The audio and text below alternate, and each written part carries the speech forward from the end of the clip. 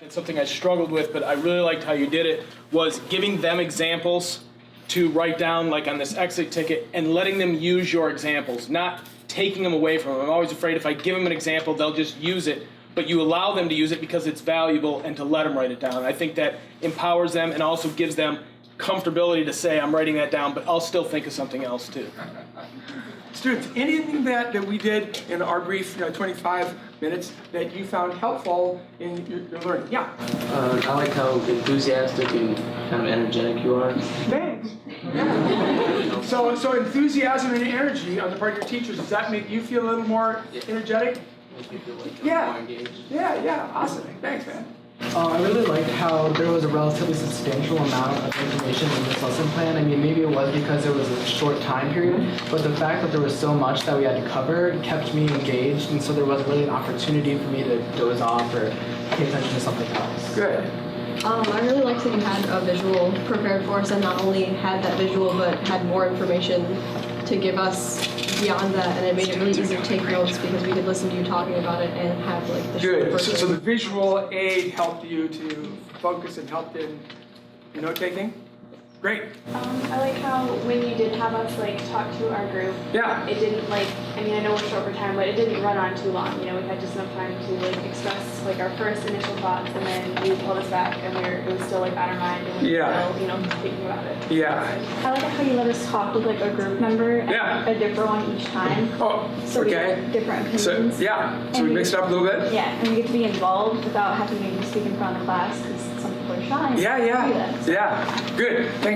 Appreciate that. Please. I liked how in your PowerPoint you went literally line by line, and that kept me thinking like, what's going to be next, or what are you talking about now, instead of going farther down and thinking about not what you're talking about at the time. I like drawing the connections between Frankenstein and Prometheus, because even if you don't understand Frankenstein, you might be able to base off of something from the Prometheus story. Oh, interesting. I like how with the questions you gave us an option for the not sure, so it's just yes or no, because there's sometimes where you get a question like that and you really don't know where you stand. Yeah. Think about it for a long time. Yeah. Also, I thought the questions were helpful because those are some, today, very controversial issues. They are.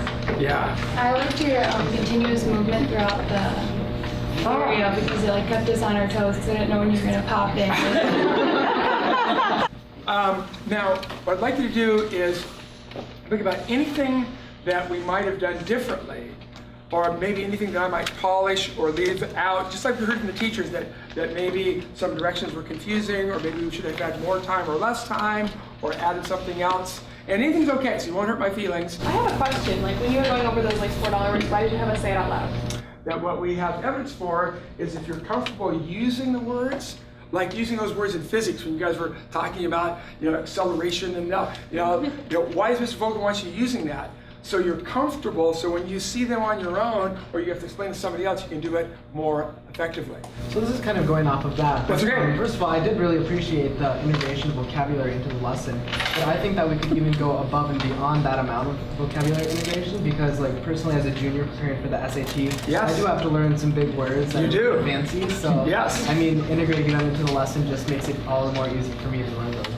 Okay, so maybe we can even ramp it up a little bit. I know we're kind of pressed on time, but when teachers tend to speed, like you talk really fast. Yes, I do. Then if you can't keep up, then you can't learn the information. So Okay. sometimes teachers just need to make sure that they slow down. You're exactly right. I liked that you liked what you were talking about. Yeah. Some teachers they seem like they're bored with what they're teaching, and then I get bored with what they're teaching. That's really good feedback.